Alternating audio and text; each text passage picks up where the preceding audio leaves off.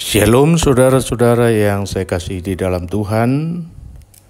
Bacaan yang menjadi bahan utama untuk khotbah kita di minggu ini terambil dari Lukas pasal 10 ayatnya yang ke-25 hingga ayatnya yang ke-37. Demikian firman Tuhan. Pada suatu kali berdirilah seorang ahli Taurat untuk mencobai Yesus, katanya, "Guru, apa yang harus kuperbuat untuk memperoleh hidup yang kekal?" Jawab Yesus kepadanya, "Apa yang tertulis dalam hukum Taurat? Apa yang kau baca di sana?" Jawab orang itu, "Kasihilah Tuhan Allahmu dengan segenap hatimu, dan dengan segenap jiwamu, dan dengan segenap kekuatanmu, dan dengan segenap akal budimu, dan kasihilah sesamamu manusia seperti dirimu sendiri." Kata Yesus kepadanya, "Jawabmu itu benar. Perbuatlah demikian, maka engkau akan hidup." Tetapi untuk membenarkan dirinya, orang itu berkata kepada Yesus, "Dan siapakah sesamaku manusia?" Jawab Yesus, "Adalah seorang yang turun dari Yerusalem ke Yeriko. Ia jatuh ke tangan penyamun-penyamun yang bukan saja merampoknya habis-habisan, tetapi yang juga memukulnya, dan yang sesudah itu pergi meninggalkannya setengah mati. Kebetulan ada seorang imam turun melalui jalan itu. Ia melihat orang itu, tetapi ia melewatinya dari seberang jalan. Demikian juga seorang Lewi datang ke tempat itu. Ketika ia melihat orang itu, ia melewatinya dari seberang jalan. Lalu datang seorang Samaria yang sedang dalam perjalanan ke tempat itu, dan ketika ia melihat orang itu, tergeraklah hatinya oleh belas kasihan. Ia pergi kepadanya lalu membalut luka-lukanya. Sesudah ia menyiraminya dengan minyak dan anggur, kemudian ia menaikkan orang itu ke atas keledai tunggangannya sendiri, lalu membawanya ke tempat penginapan dan merawatnya. Keesokan harinya ia menyerahkan 2 dinar kepada pemilik penginapan itu. Katanya, "Rawatlah dia, dan jika kau belanjakan lebih dari ini, aku akan menggantikannya waktu aku kembali." Siapakah di antara ketiga orang ini, menurut pendapatmu, adalah sesama manusia dari orang yang jatuh ke tangan penyamun itu? Jawab orang itu, "Orang yang telah menunjukkan belas kasihan kepadanya." Kata Yesus kepadanya, "Pergilah dan perbuatlah demikian." Tema kita, perbuatlah demikian, maka engkau akan hidup. Saudara-saudara yang saya kasihi di dalam Tuhan, semua pasti setuju kalau saya mengatakan bahwa jika setiap orang, pribadi antar pribadi, menjalani hidup tanpa ada sedikit pun rasa kasih satu sama lain, maka saya berani pastikan bahwa yang namanya manusia sudah punah dari muka bumi ini. Contoh konkret saja saudara-saudara. Jika pasangan suami istri tidak mendasari perjalanan hidup berumah tangga mereka dalam kasih, maka saya pastikan rumah tangganya tidak akan langgeng. Cepat atau lambat, rumah tangganya akan hancur. Bayangkan jika tiap manusia hanya dipenuhi rasa benci dan permusuhan satu sama lain. Manusia tidak akan bisa berkembang. Tidak akan ada yang namanya Joni, Martin, Markus, Lukas, Ronaldo, dan lain sebagainya. Tidak heran saudara-saudara, Jika narasi yang ada dalam Kejadian pasal 4 tentang Kain dan Habel menjadi sangat penting untuk memberi kesimpulan bahwa kebencian tidak akan menjadi solusi untuk mendatangkan kedamaian bagi setiap pribadi. Kebencian hanya mendatangkan kehancuran dalam bangunan peradaban sosial, dan Tuhan sendiri tidak akan pernah membenarkan hal tersebut. Kebencian yang kemudian melahirkan tindakan untuk menyingkirkan orang lain yang tidak seirama, menyingkirkan orang lain yang tidak sejalan, menyingkirkan orang lain yang tidak segolongan, yang tidak sepaham, yang tidak seiman. Saya mau katakan bahwa hal itu tidak bisa dijadikan alasan untuk pembenaran demi terciptanya perdamaian. Kebencian hanya karena persoalan saya dan Anda berbeda atau tidak sepaham. Hal itu tak dapat dijadikan alasan pembenaran untuk menyingkirkan atau membunuh orang lain demi terciptanya kedamaian. Ingat apa yang terjadi saat Kain berhasil menyingkirkan Habel. Adakah hidupnya menjadi tenang? Adakah keadaan damai karena tidak ada lagi orang lain yang merecokinya? Sungguh-sungguh damai itu dinikmatinya? Ternyata tidak, bukan? Hati Kain tidak tenang. Ia terus dihantui rasa bersalah. Ia kemudian menyadari apa yang disebut dengan hukum tabur tuai, bahwa apa yang engkau tabur maka itu juga yang akan engkau tuai. Kain sadar bahwa apa yang telah ia lakukan pada saudaranya itu juga yang akan diterimanya dalam hidupnya. Jadi intinya, tidak ada untungnya membenci orang lain apapun alasannya, karena ia tidak baik dengan saya, karena dia saingan saya, karena ia tidak seirama, atau karena dia tidak seide dengan saya. Tidak ada untungnya saudara-saudara untuk menjadikan alasan seperti itu demi menyingkirkan orang lain. Justru ini yang sangat menguntungkan bagi saudara dan saya, yakni ketika kita mengubah kebencian menjadi kasih. Saudara-saudara yang saya kasihi di dalam Tuhan, menarik apa yang dikisahkan melalui perikop yang menjadi bahan utama khotbah di minggu ini. Saya yakin bahwa narasi ini sudah tidak asing bagi setiap kita. Dan saya juga yakin bahwa saudara-saudara akan memberi pujian yang sangat berlebihan bagi orang Samaria yang dikisahkan dalam narasi ini. Lalu saudara-saudara akan mengecam dengan keras tindakan orang Lewi dan imam yang sama sekali tidak ada rasa belas kasihan terhadap orang yang dirampok itu. Tapi saya mau katakan bahwa jangan saudara-saudara cepat menjustifikasi setiap pelaku dalam kisah ini dengan mengatakan bahwa ini yang benar dan itu yang salah. Saya harus tahu apa yang melatar belakangi kisah ini. Dan juga saudara harus tahu apa yang melatar belakangi kisah ini. Mari membuka Lukas pasal 9 ayat 51 sampai 56. Apa yang dicatat di sana? Tidakkah kita mendapat informasi real bahwa orang-orang Samaria tidak respek atas kehadiran Tuhan Yesus dan rombongannya? Orang-orang Samaria tidak rela wilayah mereka hanya jadi lintasan bagi Tuhan Yesus dan rombongannya untuk menuju ke Yerusalem. Mereka dengan tegas menutup jalan bagi rombongan itu. Apa yang terjadi berikutnya? Murid-muridnya tidak tega sang guru mereka diperlakukan demikian. Mereka emosi, mereka marah, hati mereka panas, darah mereka mendidih. Tindakan orang-orang Samaria ini harus dibalas dengan keras. Para murid tentu berpikir bahwa Tuhan Yesus juga tidak menerima perlakuan orang-orang Samaria terhadap dirinya.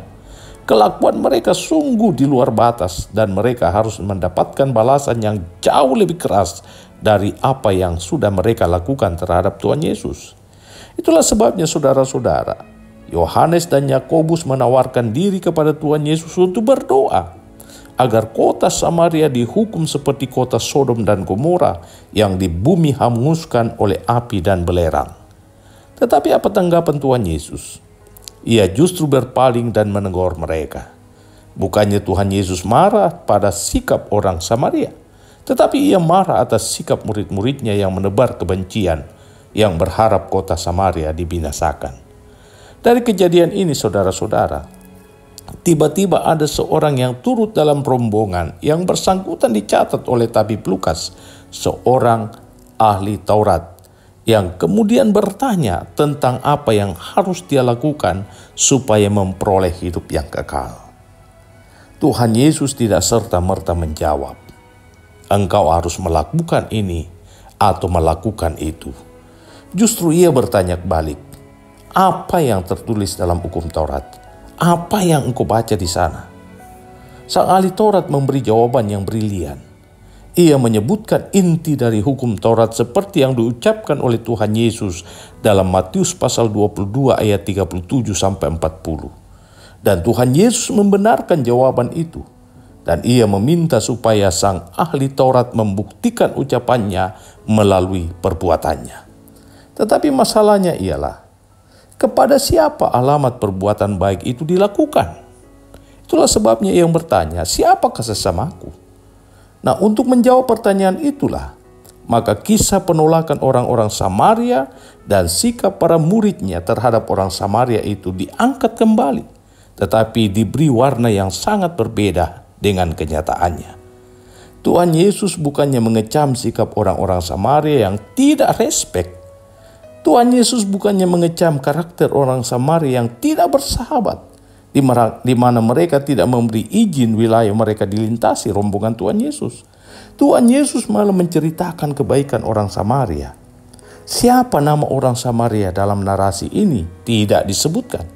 Tetapi anehnya, sikap para murid termasuk ahli-ahli Taurat yang merasa diri agamais itu yang dikoreksi dalam narasi ini. Supaya kita tidak salah menilai orang Lewi dan sang imam atas sikapnya, maka mari buka Imamat pasal 21 ayat 1. Seorang imam janganlah menajiskan dirinya dengan orang mati di antara orang-orang sebangsanya. Jadi imam tidak boleh menyentuh jenazah. Coba perhatikan ayat 30 kalimat yang terakhir. Orang yang dirampok itu kondisinya setengah mati. Catatan ini saudara-saudara sangat penting. Karena yang dirampok itu tidak bisa dipastikan apakah ia hidup atau ia mati. Untuk mencari tahu, maka seseorang harus meletakkan jarinya di hidung atau memegang pergelangan tangan yang bersangkutan untuk mengecek detak nadinya. Nah, kalau ternyata yang bersangkutan sudah mati, maka orang Lewi dan imam itu sudah pasti najis berdasarkan hukum Taurat. Padahal imam dan orang Lewi ini harus buru-buru ke Yerusalem untuk melaksanakan tugasnya di Bait Allah. Untuk lebih mengerti lagi mengapa mereka mengambil sikap untuk menghindari orang itu, maka mari buka Bilangan pasal 19 ayat 11. Orang yang kena kepada mayat, ia najis 7 hari lamanya.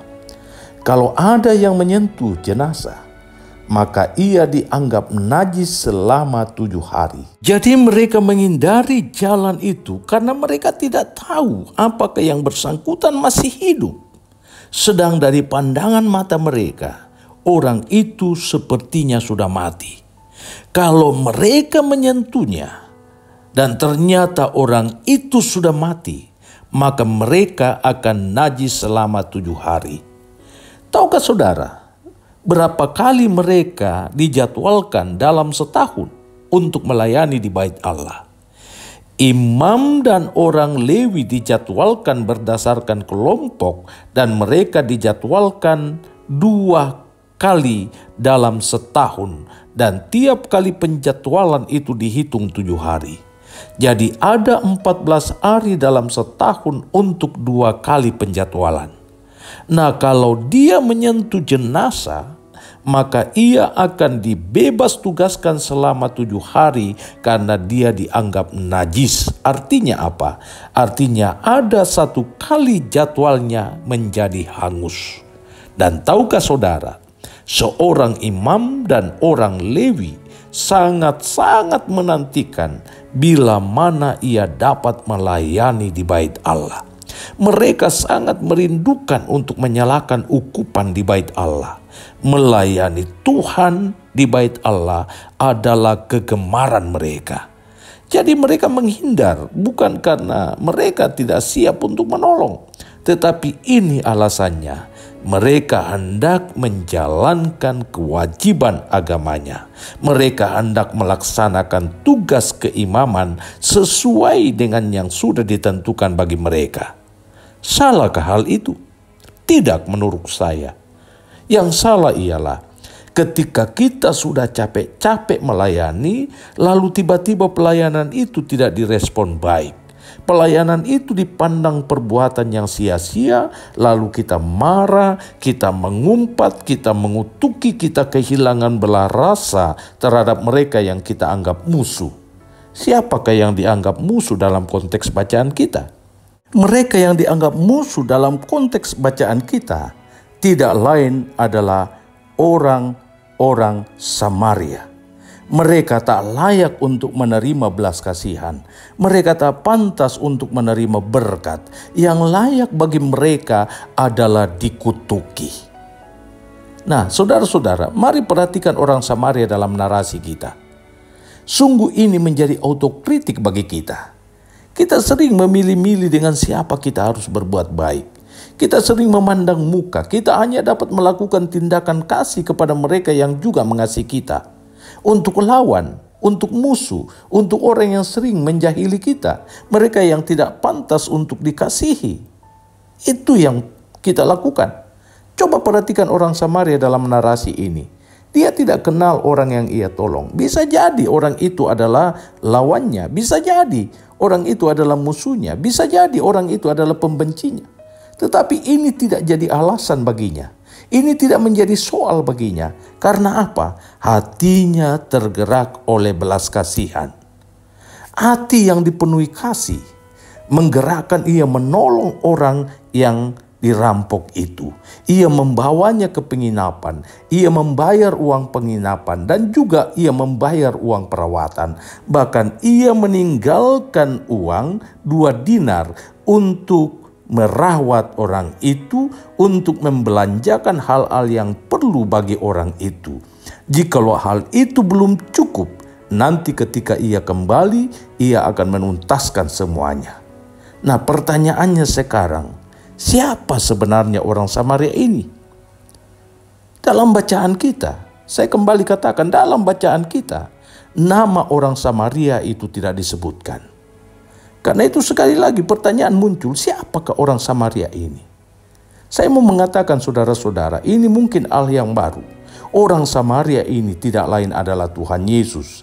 Mengapa? Karena ia dibenci, karena ia dihinakan, karena ia ditolak. Namun tetap menaruh belas kasihan kepada yang tidak pantas mendapatkan belas kasihan itu. Ia tetap menyatakan perhatian dan cinta kasihnya kepada setiap kita yang hanya layak untuk mendapatkan hukuman karena dosa. Nah, perbuatan Tuhan Yesus yang tidak pernah melalaikan tanggung jawab ritual dan juga tidak pernah melupakan tanggung jawab sosial, itulah yang akan memberikan jaminan atas pertanyaan, apakah yang harus kuperbuat supaya layak masuk dalam kerajaan sorga? Dan jujur saya harus katakan bahwa banyak di antara kita yang mengklaim diri anak-anak Tuhan, sangat hebat dalam pelayanan, tapi kehilangan tali kasih terhadap mereka yang kita anggap lawan atau kita anggap musuh. Karena itu benar apa yang dikatakan oleh Tuhan Yesus. Jikalau kamu mengasihi orang yang mengasihi kamu, apakah jasamu? Kalau orang-orang berdosa pun, karena orang-orang berdosa pun mengasihi juga orang-orang yang mengasihi mereka. Jikalau kamu berbuat baik kepada orang yang berbuat baik kepada kamu, apakah jasamu? Orang-orang berdosa pun berbuat demikian. Hendaklah kamu murah hati, sama seperti Bapamu adalah murah hati. Lukas pasal 6 ayat 32-33 dan ayatnya yang ke-36. Akhirnya saudara-saudara, saya mau mengatakan hal ini. Lonceng hanya disebut lonceng jika didentangkan. Lagu hanya bisa disebut lagu jika dinyanyikan. Kasih hanya disebut kasih jika dilakukan atau dikerjakan. Kita tidak bisa menyimpulkan kasih hanya dari perkataan atau pikiran. Kita hanya dapat menangkap esensi kasih jika kita terus belajar untuk melakukan dan mengerjakannya. Perbuatlah demikian, maka engkau akan hidup. Terpuji namanya. Haleluya. Amin.